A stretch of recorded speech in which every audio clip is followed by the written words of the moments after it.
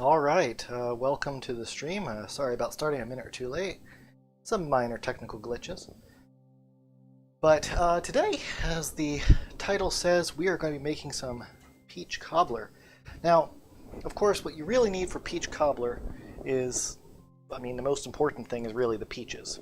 And I happen to have some peaches here, which I got from Imperfect Foods. So they are not the prettiest of peaches, but they are going to taste just great. I've got 6 of them rather than the 5 that are recommended, just because I like peaches, and more peaches in peach cobbler is frankly just better in all sorts of ways. So we've got our peaches here, and what we're going to need to do first is we're going to need to remove the skins. And we could do this by peeling them or cutting off the skin, but what we're actually going to be doing is we're going to be basically dunking them in hot boiling water, cooking them for a couple of seconds, and immediately dropping them into an ice bath. That will get the skins all loose, and they're just going to come straight off, but it won't cook the peach, which is what we're looking for here. So we're going to get started with that step, and for that, let me swap over to the stove view. All right, so over here, I really need to figure out a better camera position that shows off like the stove as a whole like better, but until that day happens, this is what we have. So I'm going to go ahead and get this pot filled up with water. And so, yeah, essentially all we're going to be doing is just boiling the peaches for a few seconds. Like 30 to 45 seconds, not long at all, just enough to get everything nice and like loosened up. And we're going to drop them into freezing cold water to stop any cooking and to shock them. That'll let the peels come straight off, and we'll be in good shape. So I've got the water right here. We're going to put back here on this burner. I'm going to set that to high. This is going to take a minute or two to come up to temperature. I'm not putting anything in it apart from just the water. And that will just take a moment to come up to temperature. Hey, thanks for joining the stream. And while that comes up to temperature, I've got a bowl here, which I'm going to fill up with some ice. So let me go ahead and grab some ice.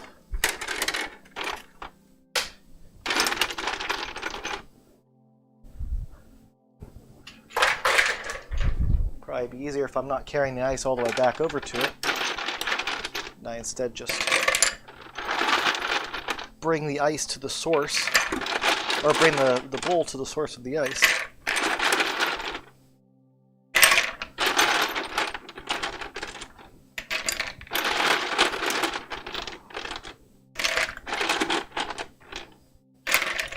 Alright, should be plenty of ice.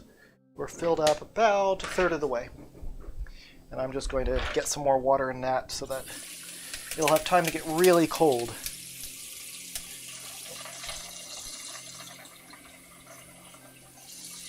And as I joke about every time I have one of these streams, I'm doing all of this off camera so you can use your imagination. Because your imagination as to however it looks to fill up a bowl of water is absolutely going to be more exciting than the actual truth. This is just a free service that I provide here. Just try to stimulate your minds. Alright, so while that goes, let's see, we can get the oven preheated to 350 degrees. Just make sure there's nothing in it. Good. And then we're just going to have to wait for this to come up to temperature. Bring the peaches over here. Yeah, these actually really do look like very nice peaches despite the minor blemishes on them. I think they're going to taste pretty good. They feel like they're at just the right amount of ripeness. So I'm pretty happy with that. A quick note about the recipe, if anyone happens to be cooking along.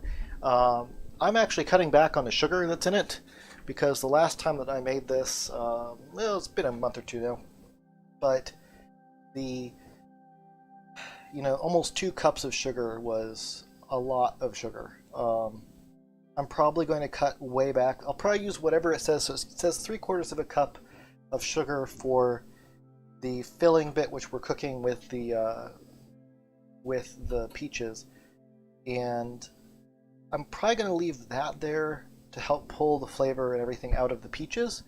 But in terms of the amount that I'm going to be putting in the batter, I'm going to cut that way down. It's supposed to be a cup of sugar, and I'm probably going to go. I'm actually almost thinking a 1/4 cup, which means that for the whole thing, we'll only be using a 1 cup of sugar, because it was really, really sweet.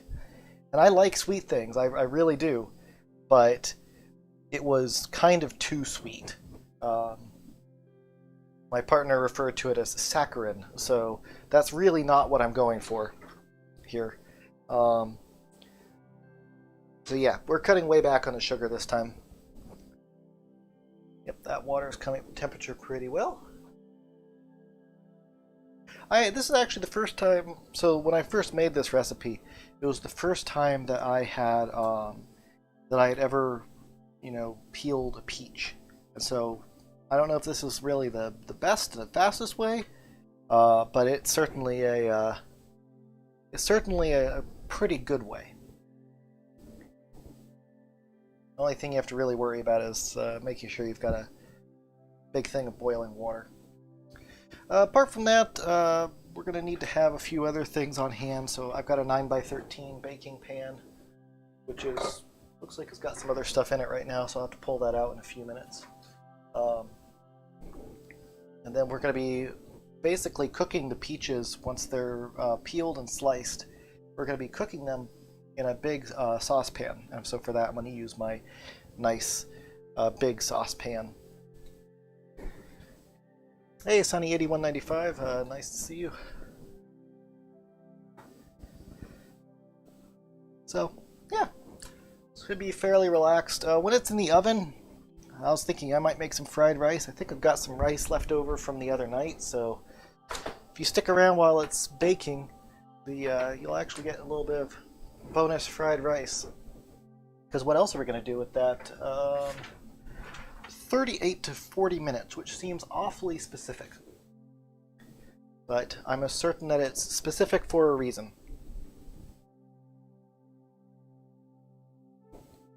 That water is almost up to temperature, which means that my hand is now kind of hot.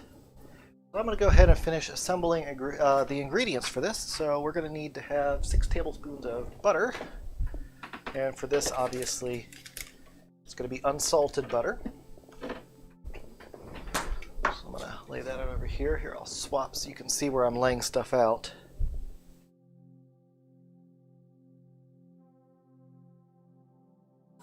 All right.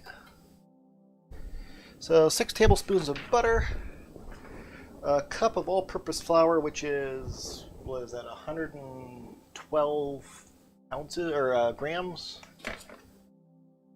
I only measure out a cup of flour like every couple of days. I really don't know why. I can never seem to remember what it actually is. Where did my little bowl go? Alright, I'll just use this one.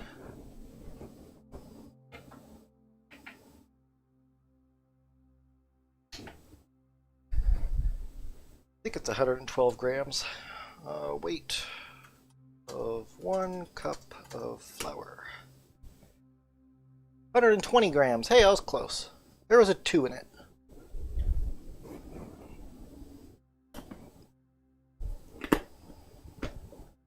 And once again, my regular reminder that baking and cooking with weights is far more accurate than baking or cooking with measures when it comes to stuff like flour and other compressible items. Get much more accurate results, and it's much more repeatable.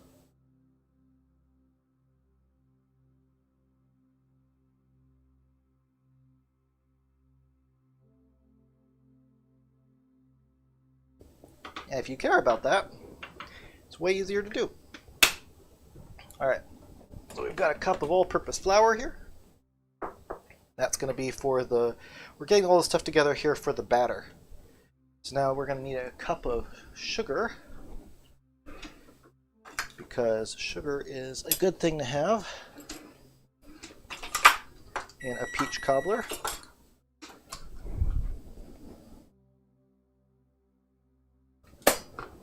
Sugar you can measure out by weight if you want, but it's not particularly compressible, so I normally just do sugar by measure.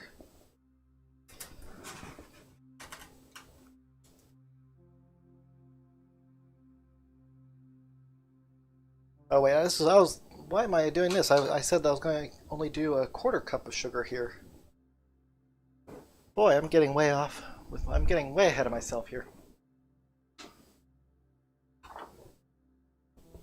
That's my half cup. Where's my quarter cup? There it is, quarter cup. So, quarter cup of sugar in the batter. And I think I can actually just mix all of this stuff together. Yeah. That's just going to go in there. Then we're going to need a couple teaspoons of baking powder.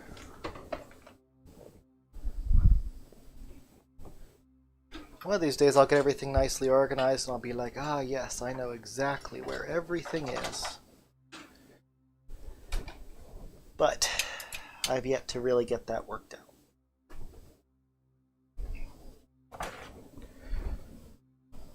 Well, I mean, I know where all of my... I did part of it before. I know where all of my baking soda and baking powder and everything is. It's now just all of the different kitchen implements that I have.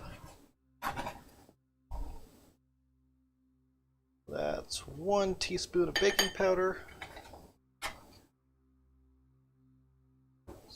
Just under another one.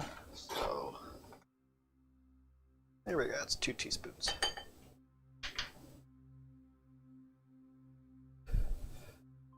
Oh, that said baking powder and I just put in baking soda, didn't I?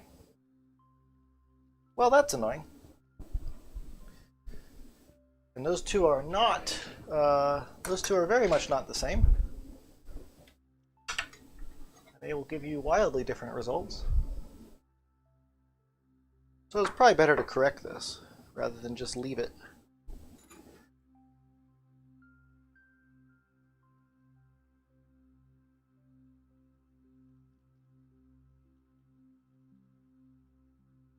Luckily, since it's on top and a different consistency than the sugar, I could be pretty accurate in getting it out.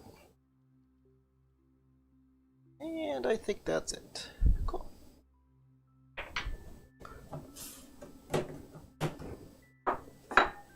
Alright, now for the actual baking powder. As opposed to the baking soda, which was pretending to be baking powder.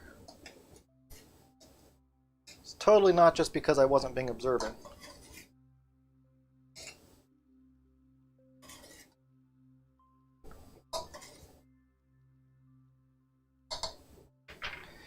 Alright, so that is 2 teaspoons of baking powder. And let's see here, what else? 1/4 teaspoon of salt. Back to the box o' salt.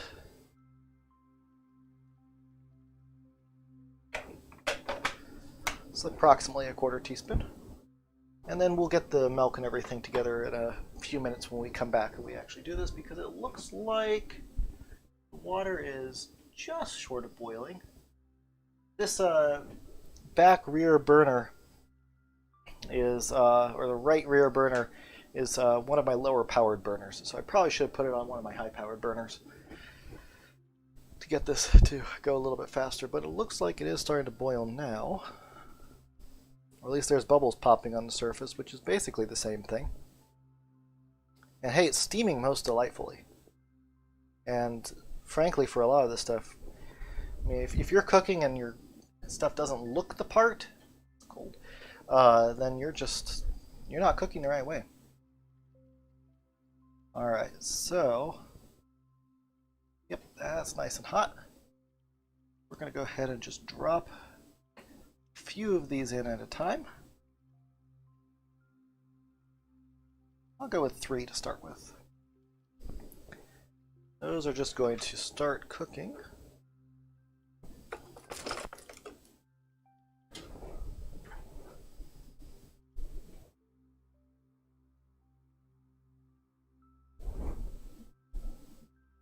If you're doing this yourself, be careful because hot water is very, very hot, as you might be able to guess. Keep these moving around and make sure that they get hot on all sides. Again, we're not trying to keep them in here long enough to actually cook. We're just getting them in there long enough to get the skin to separate from the fruit.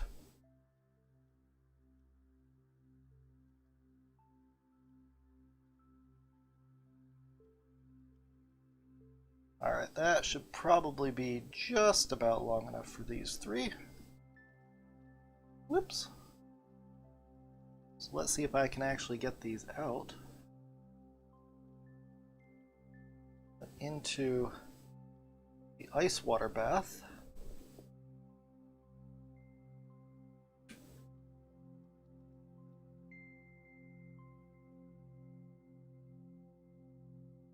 The steam that comes off of them as I carry them across just is so cool. Alright, those are going to get nice and cold. So while we wait, we're going to get the next three in. Let those bounce around for a minute. Then I'm just going to start peeling off the skin, and I just barely touched this and it's already just, the skin is just falling straight off.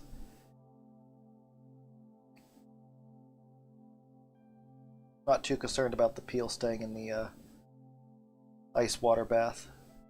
This is all sacrificial water anyway. Yeah, you just kind of start rubbing with your fingers, and the peel's just coming straight off from all over. It's not perfect. There's a few spots where it's sticking on a little bit more stubbornly, but by and large, that's pretty good. Oof.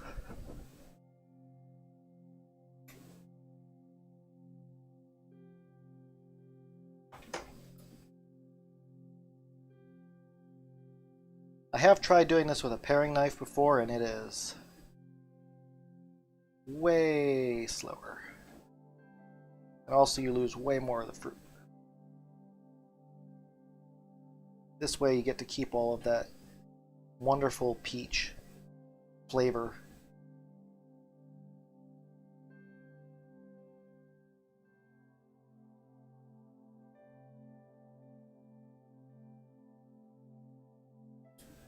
Alright, I think that the others that are in there are probably about ready to come out.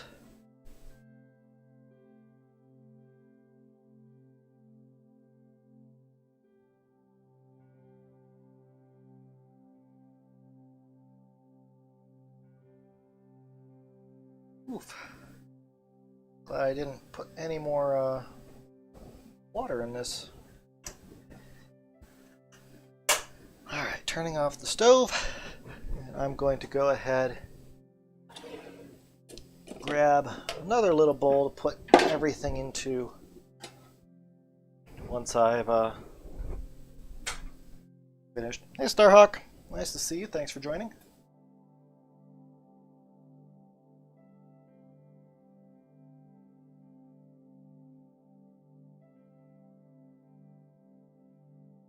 But yeah, no, the skin just comes straight off. If you soak it in there a little bit, I'm a little impatient, so once it gets in the water, you know, I'm like, oh, come on, let's start peeling it. But especially if you leave it for a minute or two, the peels just start coming off, you know, in larger and larger chunks. So this is a pretty good method as long as you're patient enough to wait for everything to come up to temperature in terms of the boiling water. And if you've got ice on hand for an ice water bath. That's always a bonus as well.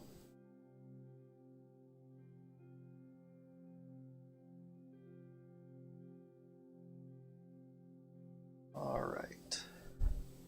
Losing a little bit of fruit here and there, but not that big of a deal. Again, I've got an extra peach, so because peaches are delicious. and because I might not be able to help myself from snacking.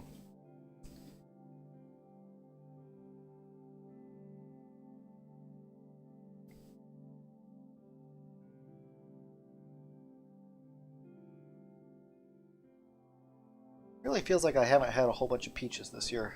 I mean, I don't normally like go out and get a ton of peaches every year, but it seems like this year I've had especially few. I've really only had them a couple times. I made peach cobbler, let's see, about a month and a half ago, I think. And that was pretty great. And then I don't think I've had any since then.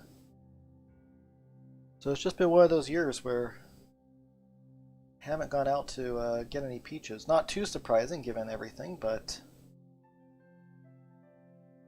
I guess I probably should have placed a little bit more of a priority on it, because they are delicious.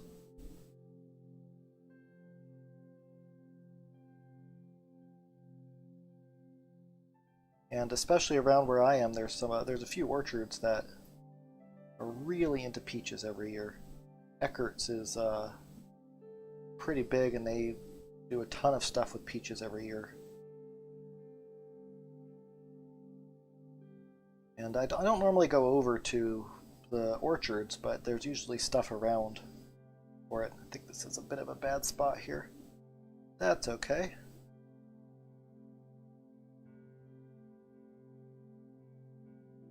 I'll just leave the skin on that bit so I know where to cut it off.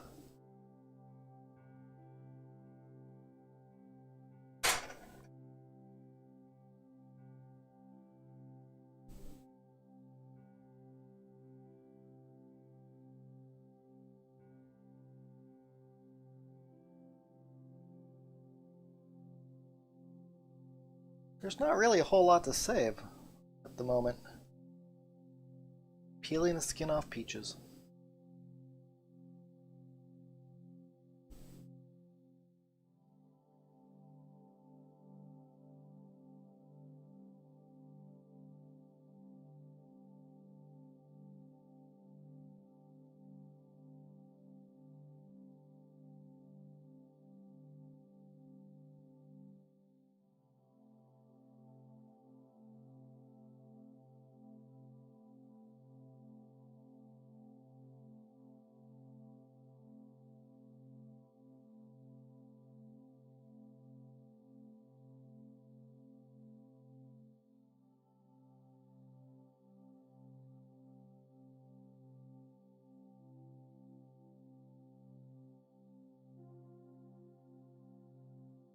I will say that one of the situations that I really don't like about a lot of cooking shows where they're just like, do this and then do this and then do this, is that you don't actually see how much work goes into each of those steps because they just cut ahead.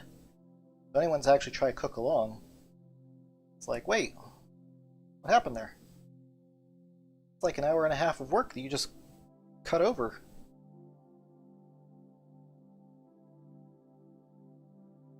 So I leave everything in. I kind of have to. It's a live stream, but I don't do a ton of prep ahead of time, because if someone wants to cook along, they're probably not going to be doing a ton of prep ahead of time. Maybe for stuff like pizza, I've made the dough ahead of time, but that you kind of have to. When I do stuff like that, I specifically note it in the description. Yep, draw the rest of the owl. Draw the rest of the owl really annoys me. Because that's usually where all the actual secrets are. They're like, oh yes, anyone can cook this. Yeah, it's probably true, but we don't know how you did steps 8 through 12. Because you're just like, oh, now you just need to peel the peaches. Heck, the recipe that I linked to me, it starts with how to peel the peaches, with just peel the peaches. With the peeled and sliced peaches. Now, granted, I think that they do sort of assume that you're probably starting off with canned peaches.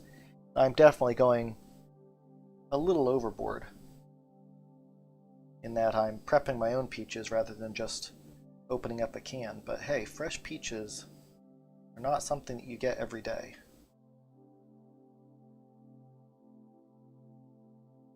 And if I'm gonna do peach cobbler and I've got fresh peaches available, I'm going to use fresh peaches. Now, if I have a hankering for peach cobbler and I don't have fresh peaches, I mean, yeah, by all means, use canned peaches, and then also go a little bit faster. But and it'll probably taste pretty close to the same. But something about just actually prepping everything yourself that just feels more satisfying. I think the reason a lot of cooking shows don't show, every individual step is because they actually have interns that are doing all of that tedious stuff. Which is fine, I mean, nothing wrong with that, but they're always like, oh yes, this is something everyone can do. And I did it all. Well, yeah, but you also had your sous chef prepping stuff and interns in the back who were peeling peaches for 12 hours while you made all 16 versions of your dish.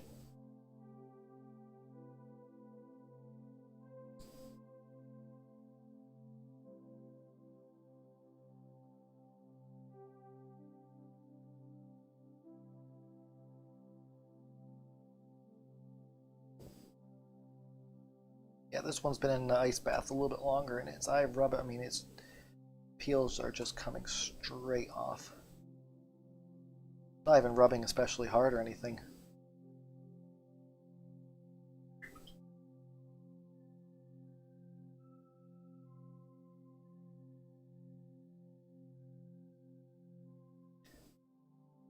I think that was the fastest one out of all of them. A little bit here, a little bit there, maybe a little bit left here.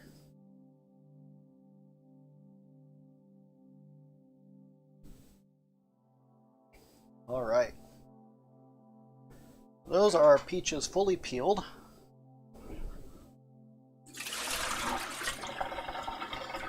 Get rid of that ice bath.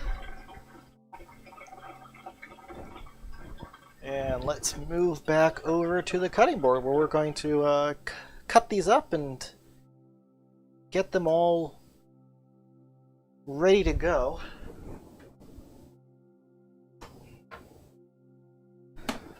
That out of the way, set this out of the way, set these things all out of the way. And so it just says peeled, cored, and sliced. So we can do that.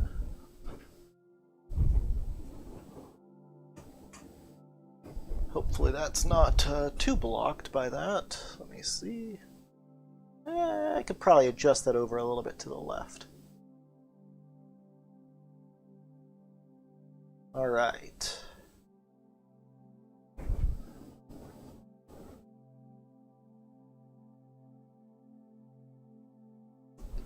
There we go. All right, for this, I'm just going to use a paring knife. Chef's knife would also work, but I just sharpened my paring knife, and it's kind of the right size for this. So we're going to use the paring knife. Just pop the stone out, especially on this one, the stone's coming straight off. There's some imperfections here that I want to make sure that I cut out. And I think here, maybe a little bit there. Again, not a big deal. This is why we have 6 peaches instead of 5. From here, just going to cut this up, and I am being pretty careful about my knife here. It doesn't look like I am, but I really am. And we've got some more imperfections here we're just going to kind of trim out.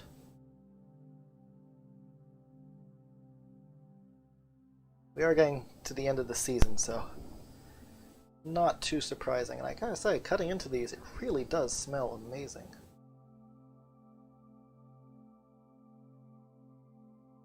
I always forget how good fresh peaches actually smell. Actually, I'm going to cut that one up just a little bit more. And here, I think there's probably an imperfection here I'm going to end up cutting out. Let's cut it in half and find out. You can also see I wasn't completely perfect with the with the removing of the skin, but this is the time to kind of cover up your mistakes and pull that stuff off. Unless you're me, at which point I just tell everyone about them.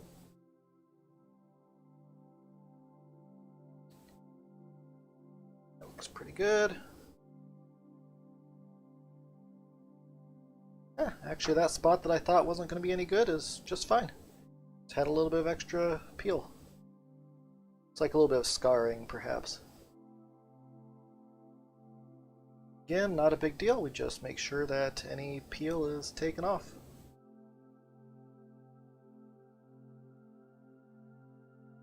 That's the other thing. A lot of those cooking shows are like, oh yes, your peach is going to look like this. And it's, you know, pristine and like the best ones that they could possibly find. And most people don't cook with, you know, the absolute most pristine produce that you can actually find.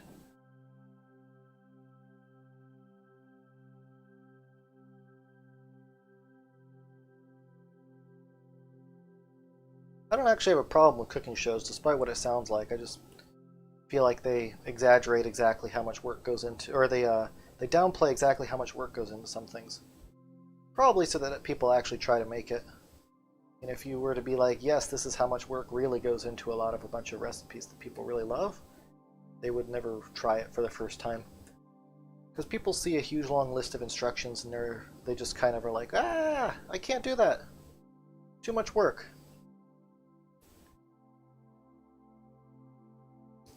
When in reality, it's not too bad. Of course, I'm one of those people who also really likes long lists of instructions, because then I can be like, ah, yes, this is why they did that. Because, you know, further down here, they deal with this in this way. So, I'm probably a little bit odd.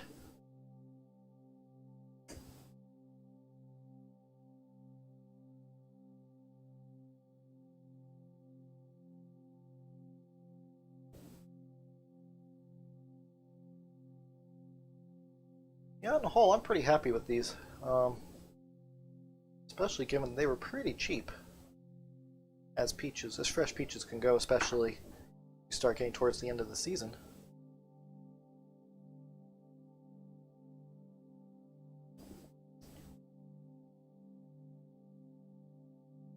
I know that I've mentioned a couple times now that these were from Imperfect Foods,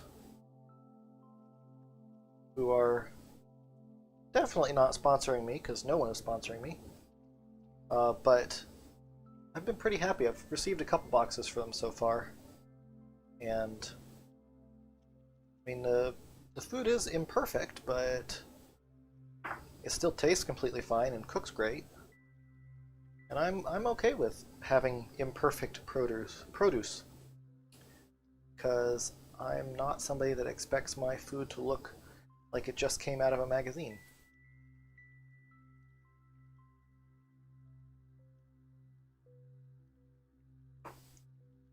This is the bit here where I was thinking I was probably going to end up losing most of this peach, so let's find out. Yeah, I'm not liking how that looks on the inside. It's just looking a little soft and mushy. And there's no real need to use it if I don't need to. Alright. Yes, I do have an extra, so it does work out. Okay, so next up we're going to be adding the sliced peaches, sugar, and salt to a saucepan and stirring to combine. So I'm going to go ahead and swap us back over to that saucepan, or saute pan really, because I think technically the saucepan I already used. Alright, let's grab this pan, stick it up over here. Nice big saute pan. Which is very nearly out of camera view. There we go, that's better. Alright. So, we've got our peaches, which have been sliced. We're just going to dump in there. Now let's go ahead and grab 3/4 of a cup granulated sugar.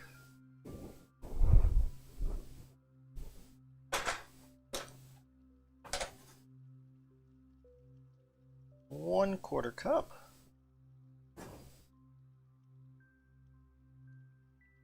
That's half a cup. Let's start with half a cup and just kind of see where it takes us. Because like I said before, it is pretty sweet, and if I have to compensate with the batter, I'm okay doing that. I am trying to cut back on exactly how much sugar is going into this. So I'm going to set this to medium heat. It's going to take a moment or two. I'm also going to grab some salt. So I've got the mighty box o' salt.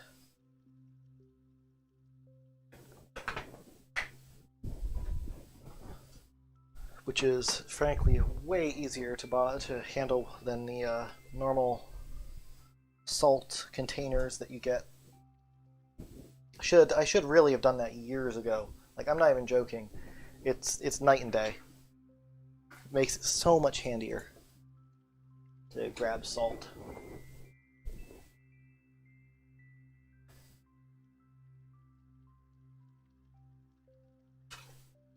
Try and just make sure that all that sugar gets mixed up with the peaches, because we are trying to cook them down just a little bit to have some of their juices get released. It's what the sugar is supposed to be helpful with. All right.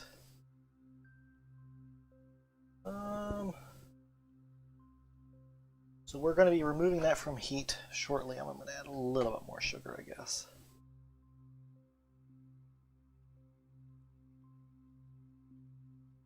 Not the full 3/4 cups, like, I don't know, maybe 7/10 of a cup, something like that. 6/10. Meanwhile, we've got the oven preheated to 350 degrees. So I'm going to go ahead and grab my 9x13 dish, and we're going to pop the butter in and get that started melting.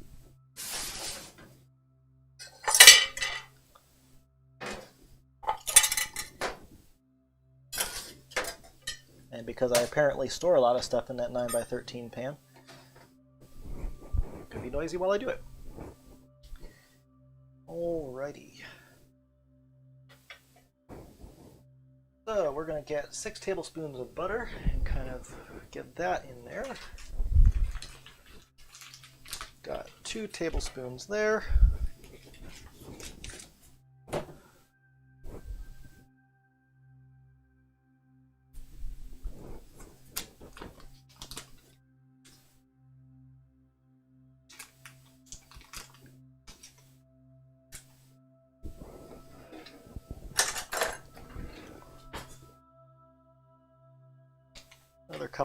Another tablespoon. That's 2, 3,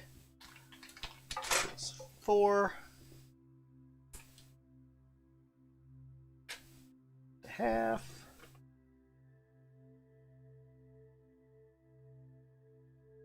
And this should be 6. Just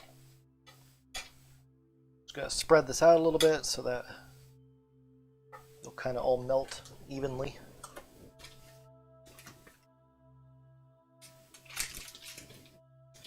We're going to stick this in the oven until all that butter has melted.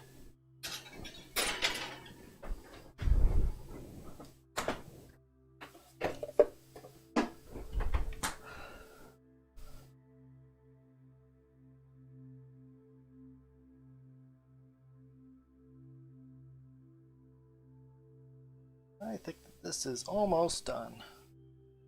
We're just really supposed to get it hot to kind of get everything melted and get the juices kind of flowing with the peaches for the filling. So it's going to keep going for a moment because it's a hot pan. So I'm going to go ahead. Yeah, what's your pet peeve? set that off the heat there.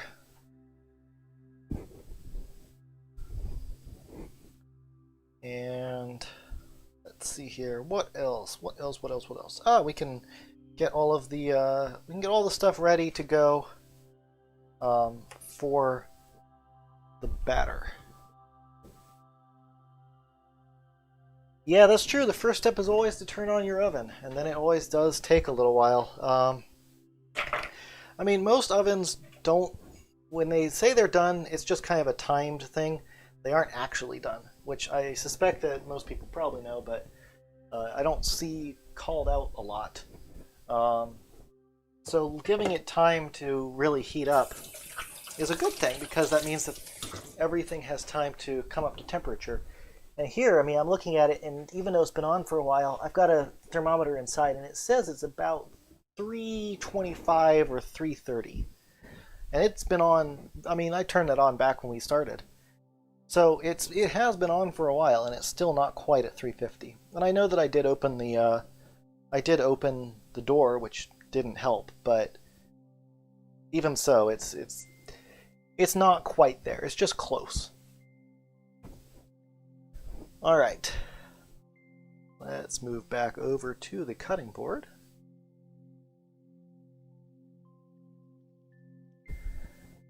And so we have here our mixture of flour and sugar and baking powder, not baking soda, despite the almost mistake, and also a little bit of salt. I think I put it in there. Let's see, is there anything else I need to put in there? We'll be stirring in the milk, so I should probably grab that milk. And for this recipe, I'm going to be using almond milk. And I don't know that I have enough quite left in this, but that's okay because I've got another one.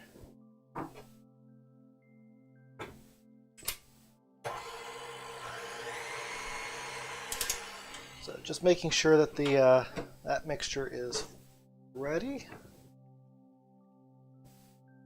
So this is going to be a 1/4 cup of almond milk.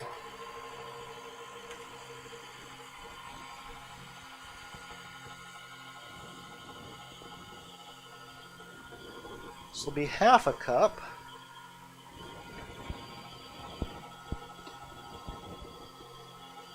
And that's where it's going to be running out. Turn it down. Set this aside to grab in the trash. And grab my replacement.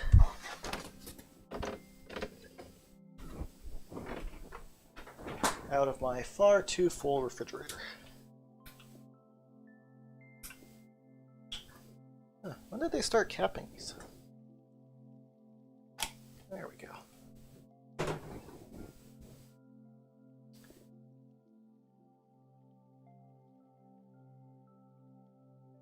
And we'll just put that in there, and it says to put it in when it's stirring, but it'll be okay.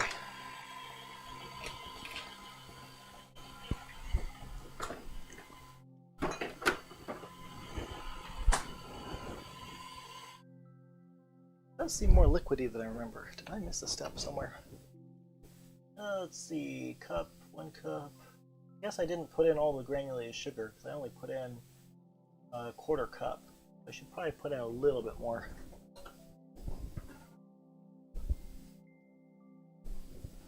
All right, we'll put in just a little bit more. So we will ending up putting in a little over a cup, which is still better than what we had before, which was entirely too sweet.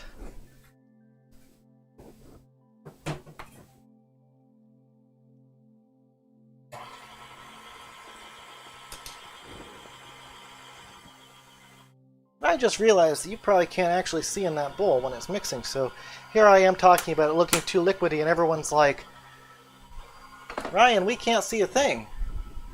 It's just kind of going. Trust me, it was pretty liquidy. It's still pretty liquidy, but way better. That'll be okay. And I'm going to swap us back over to the stove. because we are quickly getting to the point where it's time to pour everything into the pan and let it just go for a little while. Because that butter is melted and our peaches are ready.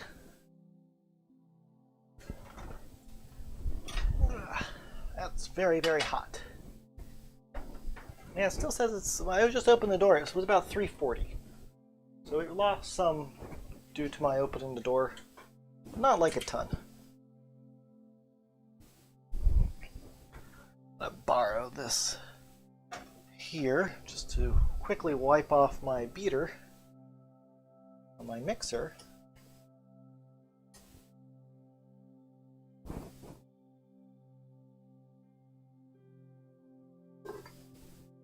We're going to bring this over here. So what we're going to be doing is we're going to be pouring the batter over the butter mixture. Try and get a nice even layer across the bottom.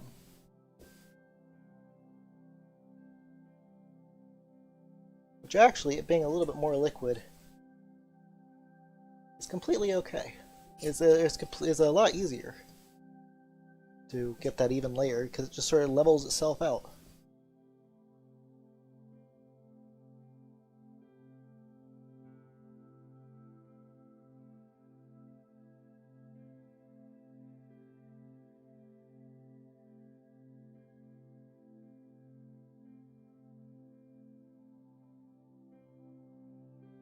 Not perfect over there at that edge, which, boy, you can't see any of this because I apparently forgot that I adjusted the camera.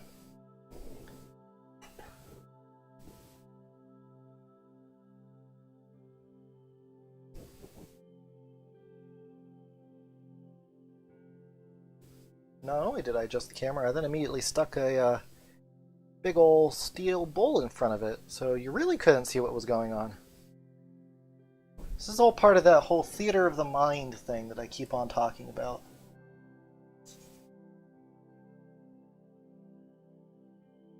All intentional, there are no mistakes. And if you believe that, then I also have a bridge that I am looking to sell. It's very famous, great repair, and yeah, I totally own it.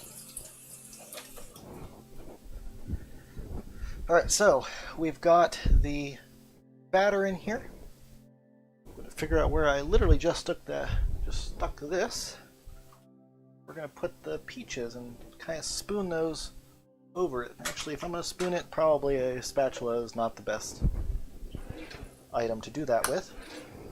Probably a spoon would be the better item. That's cool enough, like I said. Okay, probably should have remembered that that's really, really, really hot. Oh well. Learn from my mistakes.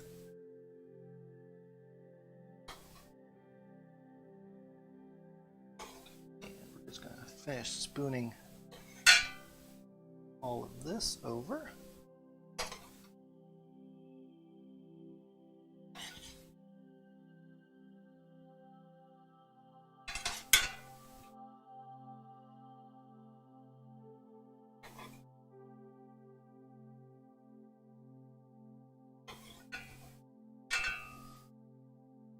We're just trying to get a nice consistent layer here.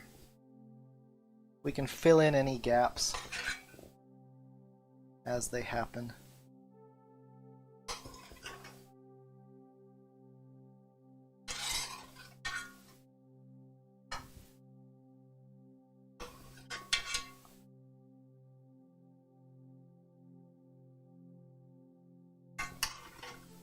Alright, we filled in our first layer, so for everything else, anywhere that it looks a little bit sparse, we're just going to go back and kind of fill in. Doesn't need to be all pretty rows. The important thing is that you've got lots of cobbler, or lots of peaches that you can bite into when you bite into the cobbler. It is, after all, why it is peach cobbler.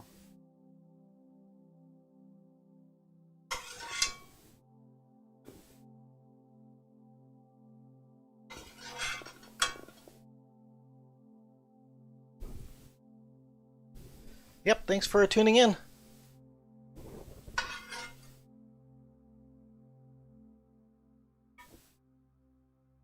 Alrighty, so we've got all that laid out.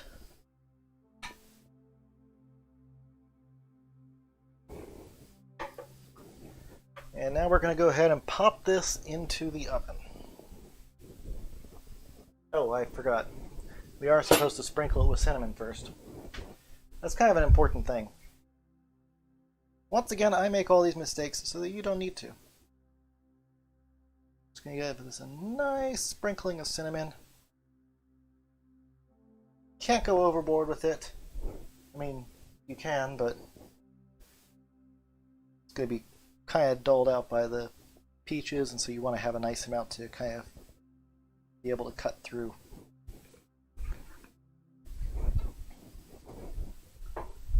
Alrighty.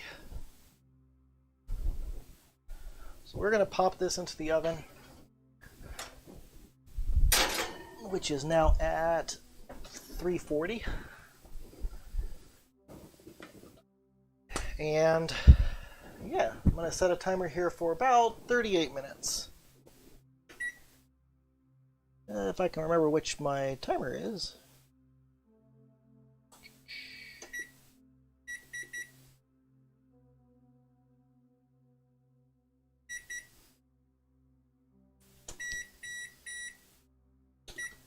Alright, 38 minutes on the timer.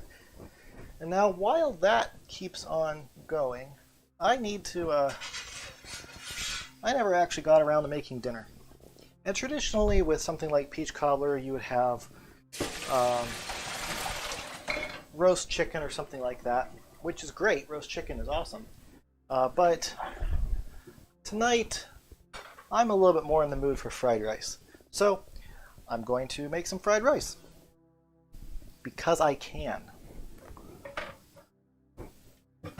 So for this, I do actually have rice that I made the other night. When I was planning on making fried rice, I never quite got around to it. So I've got essentially that day-old rice, which is what we're looking for. And I've also got my wok, which I set aside, which I'm going to be putting on one of my high heat burners. Don't need this out here. And so what we're going to do is, just like I've done before, fried rice, some peas. I'm thinking, chopped. Let's see, do I want chopped onions or do I want chopped green onions? There's always the, both? Okay, my partner votes both. So, we'll do both.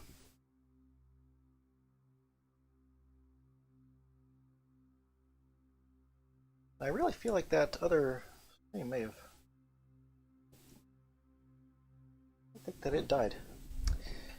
So, all of the stuff where I was putting it into the oven, it looks like none of it was actually doing anything.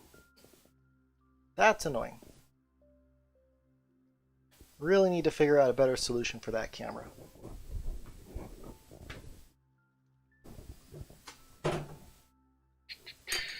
I'll try and reconnect it here in a minute when we go back over there. If it doesn't work, then I'll have to just move over my other camera. Which actually wouldn't be too bad. Mounting it might be a little bit difficult, but I could probably do it over here on this side of the counter. Alright, I'm going to clean off this cutting board briefly in my very full sink. Because apparently that's just where everything gets stacked up.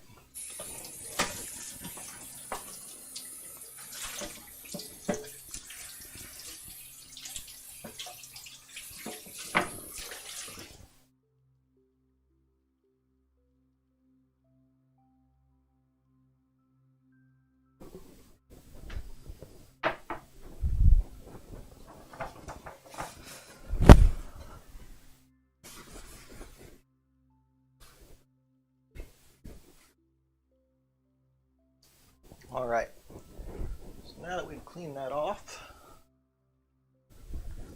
let me grab an onion.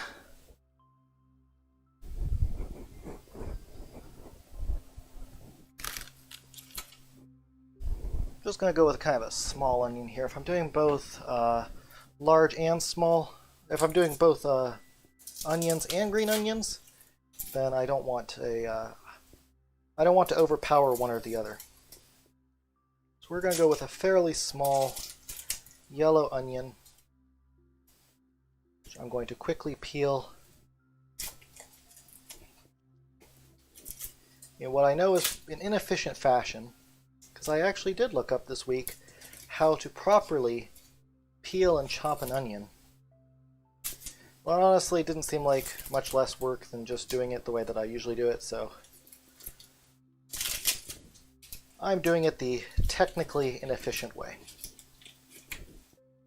And I know I lose a little bit of extra onion this way, but I'm okay with that, because I still have enough onion and enough onions to support this.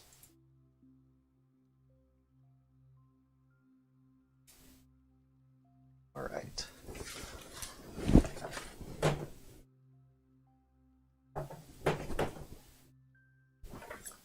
So for this, we've got your chef's knife.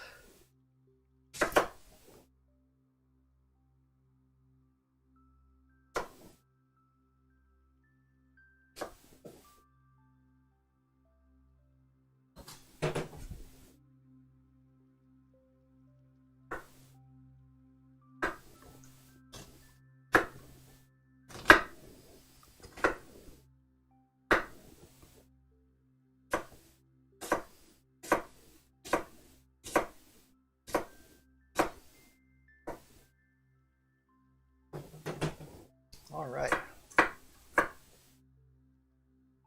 Lots of little chunks.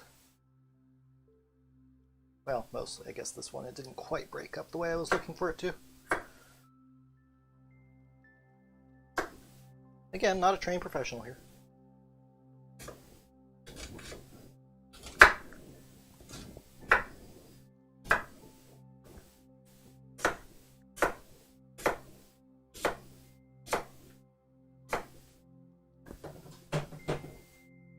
All right, so we've got our onion. I'm going to dump into one of the bowls that we were using earlier because there's nothing in them that would harm the stir fry, or the fried rice. And let's see, green onions. Let's see, maybe we should toss in a carrot as well. I'm thinking a carrot would probably be a good add. I swear I had green onions just right here. I am not seeing them at all. Oh, there they are. They're just underneath some stuff. Which is not how you really want to store your green onions, but they look fine. So I'm going to say it's okay. Let's grab, say that one. And we'll do two of them, why not? That one's a little wilted, but we'll take off that bit and pretend it was never there. So in addition to the green onions and the carrot and the onion, I'm also going to be putting in frozen peas because frozen peas are delicious. Apart from that, I mean, we're just going to do the rice, some egg. Oh yeah, the egg. I should probably also mention we're doing egg in it. Because what is fried rice without egg?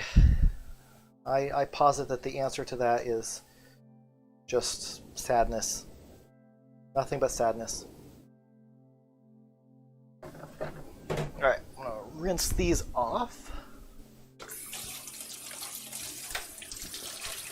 Quick little scrub, just make sure there's nothing on them or in them.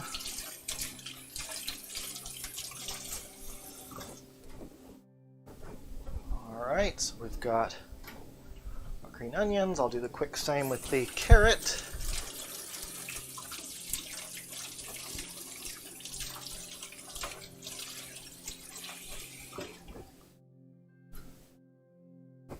Again, just making sure there's nothing on them that we don't want in our fried rice.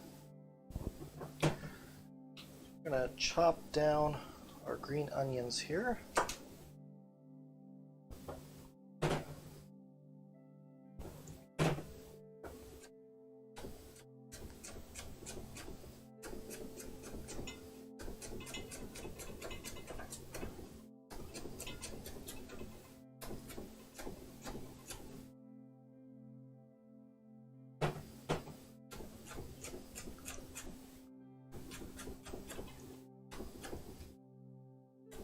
I really like this knife.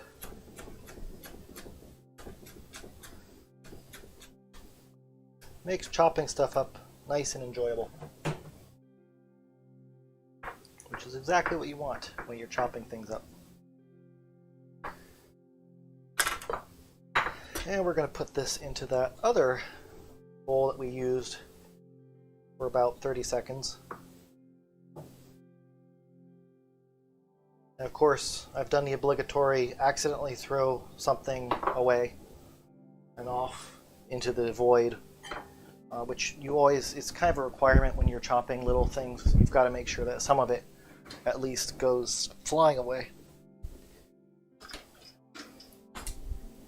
It's a legal thing, I'm pretty sure.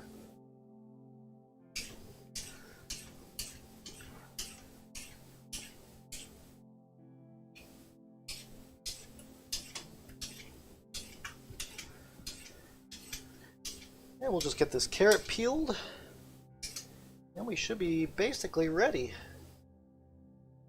Just any peel, a little bit there. Oh, a little bit down here as well.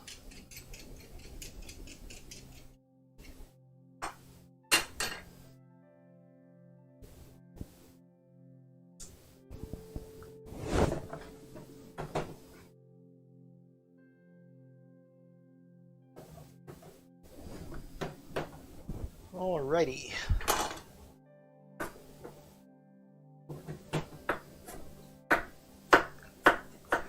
And we're just doing a rough chop of the carrot. And then coming through and probably quartering some of these. Especially the big ones that we don't want to have be, you know, gigantic pieces in our fried rice.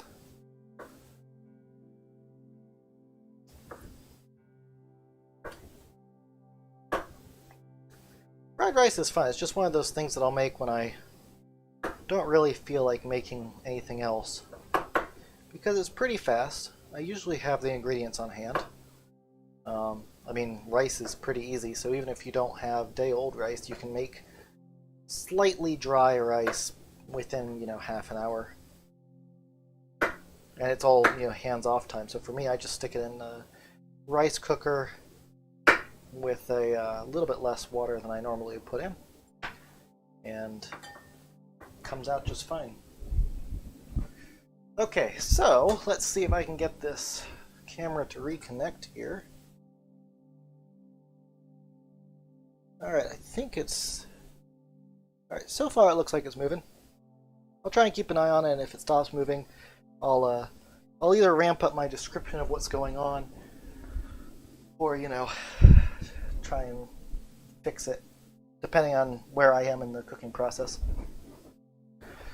Alright, the name of the game when you're doing fried rice is that everything needs to go pretty fast. So I'm going to grab a few eggs here.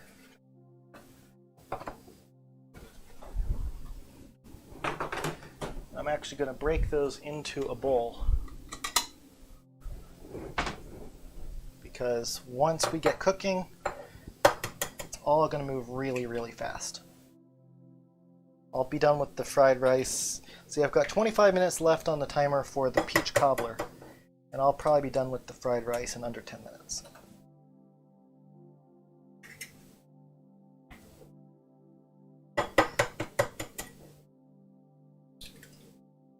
Alright, so we've got our eggs ready to go. For the scrambled eggs we'll be making as part of the fried rice.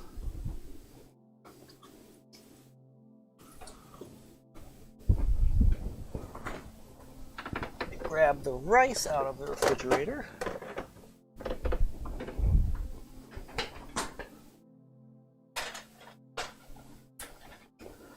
and it's perhaps not quite as dry as it should be, given that it was in the refrigerator in a covered container as opposed to uncovered, but this will be perfectly fine for what we're doing. So what we're going to do is we're going to go ahead and kick the heat on this up to high. We do want it getting really, really hot in order to make sure that everything cooks through at the right time.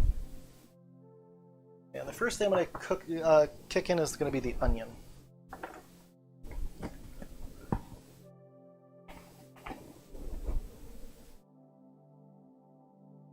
Okay, a good amount of oil in there.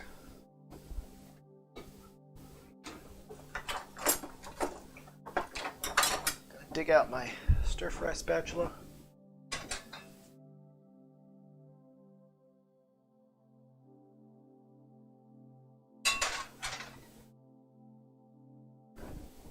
I know this element hasn't come up to heat yet because the starts glowing red hot very visibly even from underneath the pan when it does. Yeah, that should be hot enough. Yep, starts sizzling pretty fast.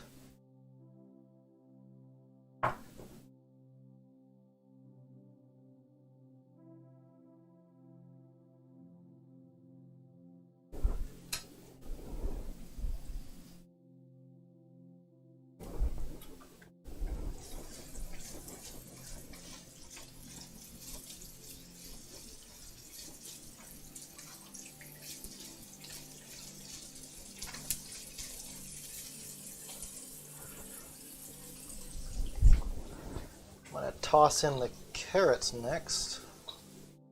I do want them to get a little bit softer.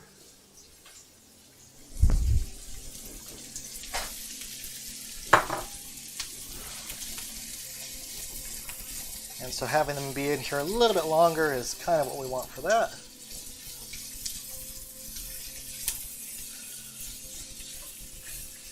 We're just going to keep mixing this around. We don't want anything to sit long enough for it to burn. This is pretty hot. We're going to go ahead and start getting our rice in there.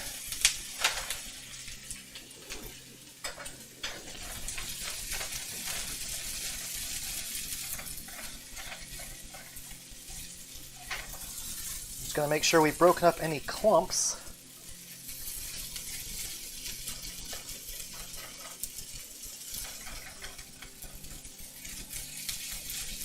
Might take a minute or two for some of these as they start getting a little bit warmer and they can actually start to break up.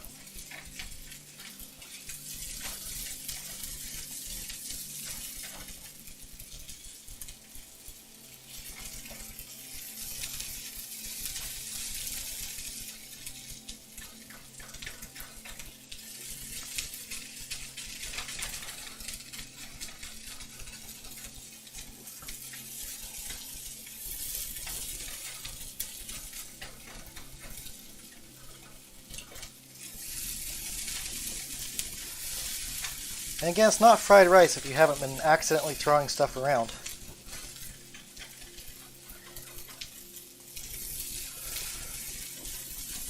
Oh, I forgot to grab the soy sauce, which we're going to need shortly. Where did I put the soy sauce? That's the teriyaki sauce. That's the balsamic vinegar. Oh, there it is. Soy sauce. I knew it was there somewhere.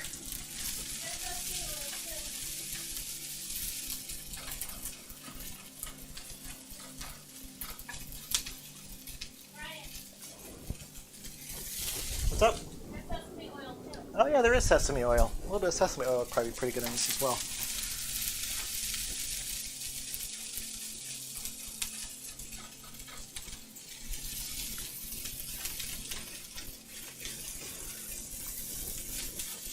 Now the question is just, can I find the sesame oil?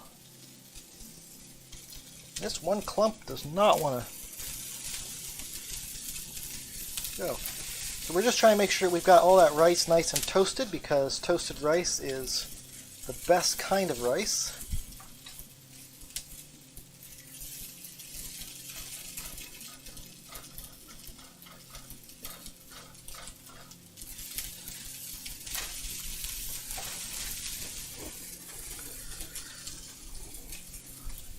Going to make a little bit of a well here in the center. We're going to pour our eggs in.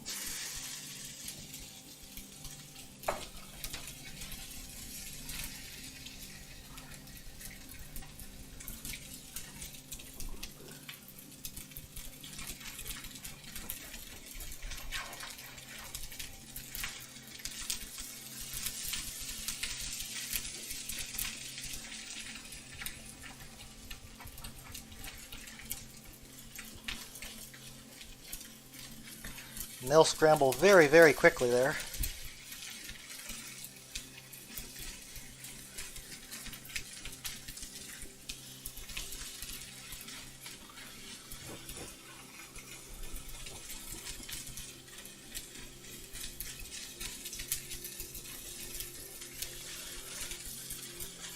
So for anyone wondering who missed my other fried rice video, this is all based off of what Kenji Lopez Alt does, because he is all sorts of amazing. And if you haven't watched his videos, you should. I don't know why you're watching mine without also watching his. Not that he really needs me to, give him any exposure, because he's many times more popular than I am, and very rightfully so. I'm going to turn down the heat on this for a minute.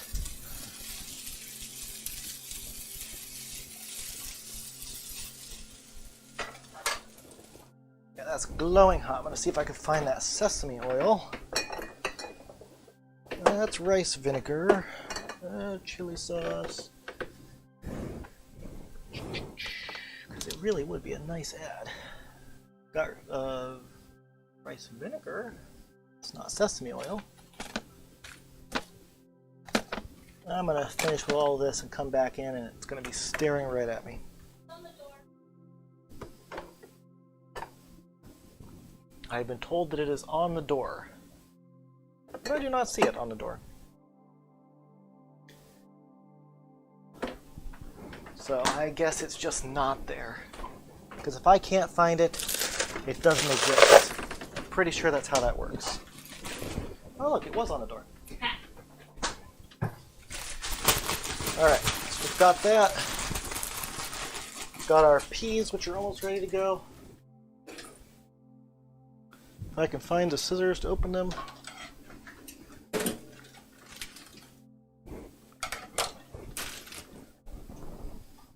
Alright, let's pop this back on the heat. Pour in the peas. I like peas, so we're putting a pretty decent number in there.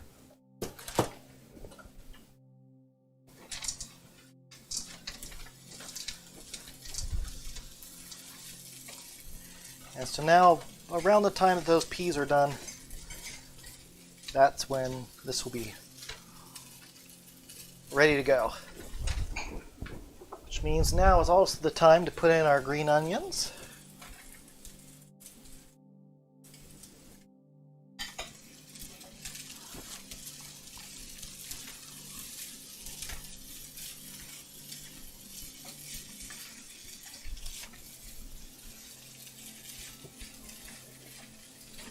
And as everything starts to come back up to temperature, we're also going to create a little bit of a well over here on the side.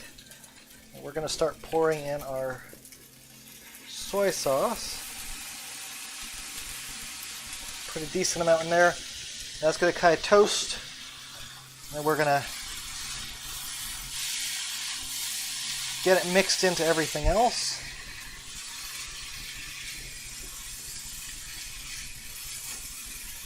That'll help to enhance the flavor a little bit.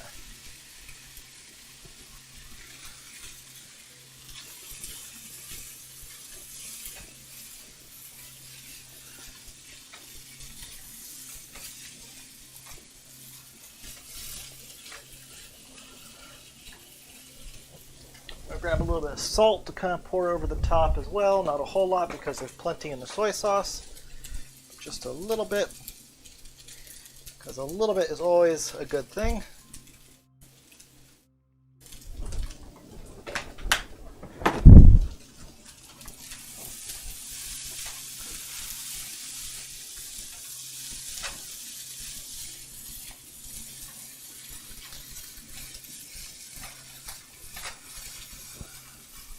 That's looking pretty good to me. And then the peas are about done. So we're just going to sprinkle some sesame oil over all of this. Kind of enhance that flavor a little bit. Make sure it's all mixed together.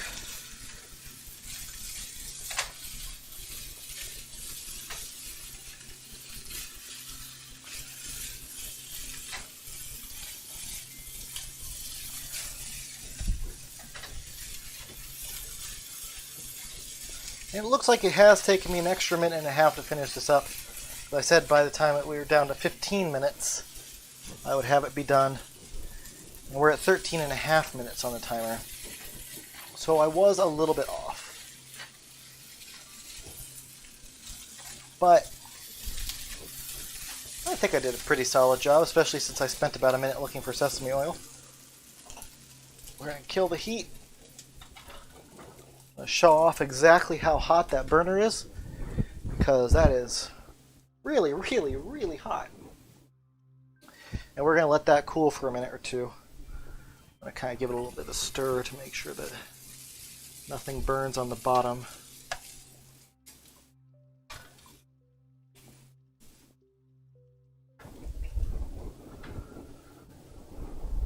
So I'll go ahead and get that plated up.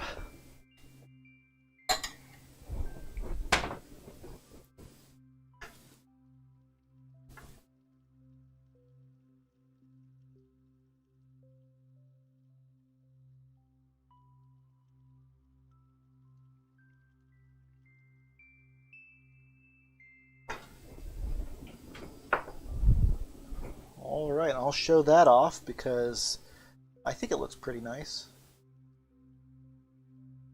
And so therefore, it's worthy of being shown off.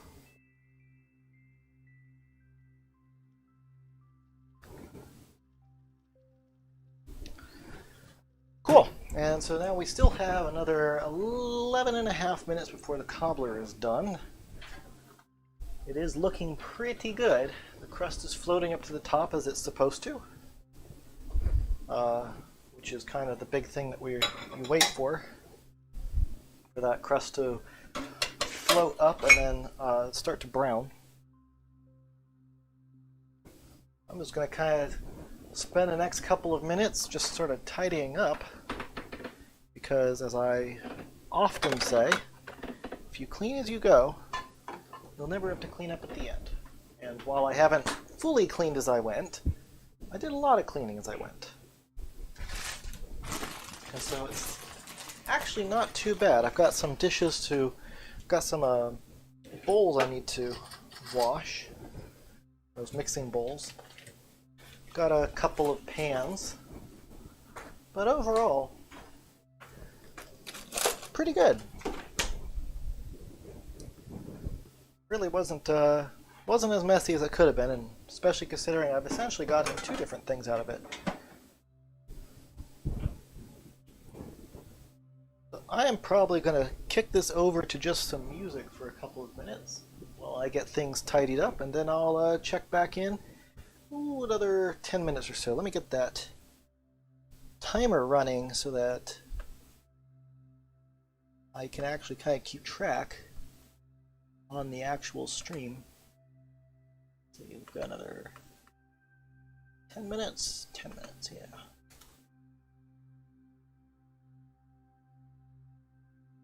And I will throw that up on the stream so that you guys can see it.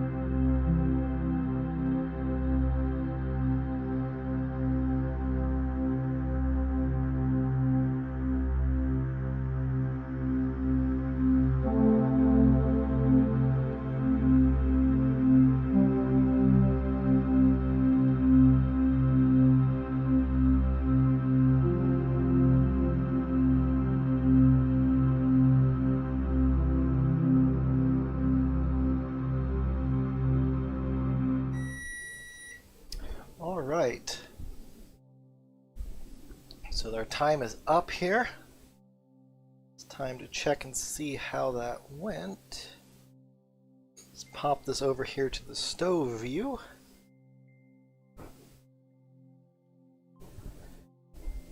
And I just actually opened the door a second ago, so I sort of already know what it looks like.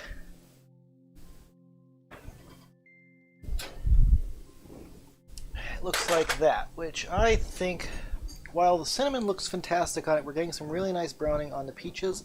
We could use some more on the crust. So I'm going to pop this back in for another couple minutes. Just try to get an additional browning on that crust. And so that's normally, it's kind of my process when I bake. I'll just, get it close, maybe put it back in a few times. Well, it worked out eventually. I'm going to go ahead and return us back over to the timer. I'll put it on for, I don't know, another 2 more minutes. I'll say 3 minutes.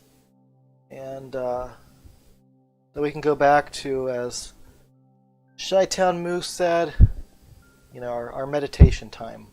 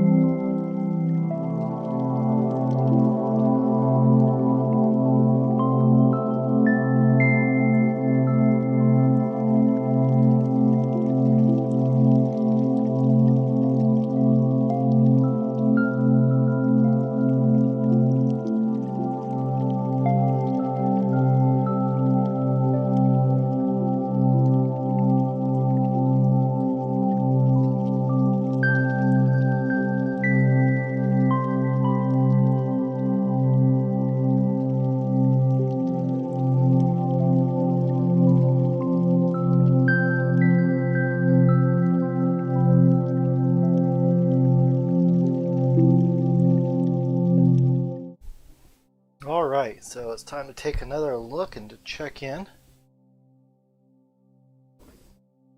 For anyone wanting to know, besides just Chi-Town Moose, anyone wanting to know where that music is from, it's by Kevin MacLeod from Incompetech.com.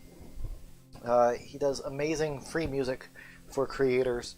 Highly recommend it. So check him out. He's got lots of great soundtracks. I've used them for years for various different video projects, including this one. So pulled out the cobbler. It's still looking a little bit pale, but honestly, I think that it's going to be okay, and I don't want to overcook the peaches too much. Because looking in here, I think it's all right. I think part of the reason it hasn't browned as much is because we did cut back on that sugar, and as such, everything was a little bit more liquidy than it was supposed to be. But it doesn't look like it's undercooked to me. It just looks like it's maybe not quite as browned as it could be. And even then, it's a little bit difficult to tell with all the cinnamon. So I'm going to let this cool for a moment. But let's see here. I'm going to grab a bowl to put this in, and maybe we do have to let it set for a moment or two. Let's see, how long does this recommend? Serve warm with a scoop of ice cream. Oh, I should have gotten ice cream. That would have been good. I did not get ice cream. So therefore, I can't take a picture of this with ice cream. I know, like, the sizzling is amazing. The smell of this with the peaches and the cinnamon is just out of this world. One of the reasons why I really do love peach cobbler is because it just smells so good when you're making it. And it's one of those things that I know that every time I have one of these streams, I talk about how much I just want to be able to send the scents out to everyone because of how good everything smells. But this is definitely one of the cases where I wish that I could just like package this up and just distribute it, because it doesn't smell like, a lot of the times when you get like that peach smell, it smells pretty artificial, but this just smells like peaches, like actual real peaches, which, I mean, they are actual real peaches, which definitely helps with that, but it's not that artificial smell, and it's just wonderful mixed with the cinnamon, and I wish that I could share it with everyone.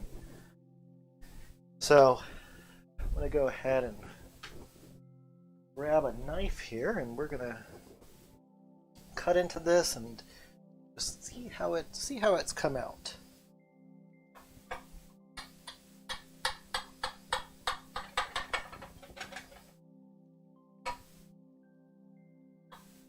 Yeah, I'm definitely wishing that I had grabbed some ice cream, but I didn't.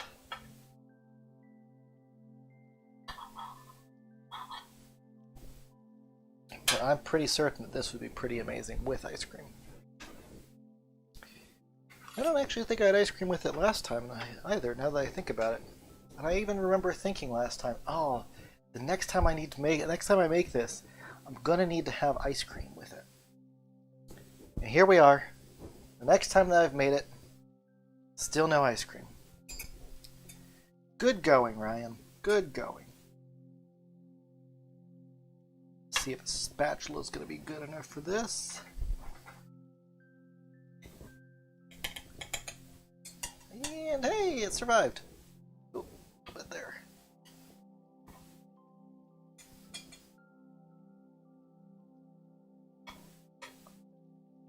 Alright, let's pop this over here to our cutting board view, which I will move the fried rice from. Yeah, it is nice and gooey. And it looks really, really good. We'll go ahead and just transition this over here. Yeah, French vanilla ice cream would be perfect right about right now. So if you've got some and you're willing to share, just send it my way. I'll give you a piece of the cobbler. I guess I could make a late night grocery store run. No, actually, I don't know any of them are still open. I think most of them are still closing at about 8. Let's see how this tastes.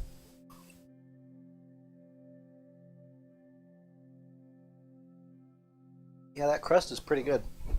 Cutting back on that sugar really helped it. Because last time that I made it, it was just kind of sickly sweet. Let's see about the peaches.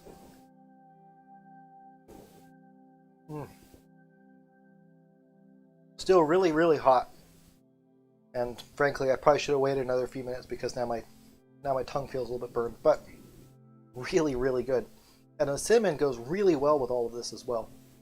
The cinnamon in the crust with the peach is just I was kind of concerned a little bit when I was putting it on. I was like, oh, I might be putting a little bit too much on for the sake of, making it look good. But I think I probably actually could put a little bit more on.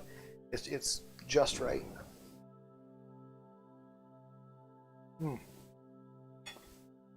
Yep, that's really, really good.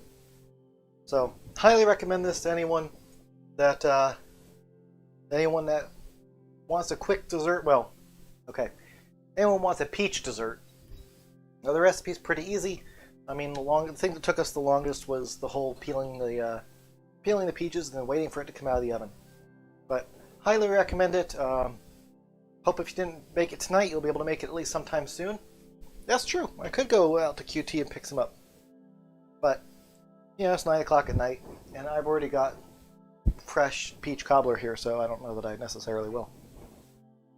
But thank you guys for hanging out. I'm going to end this here so that I can go and enjoy this.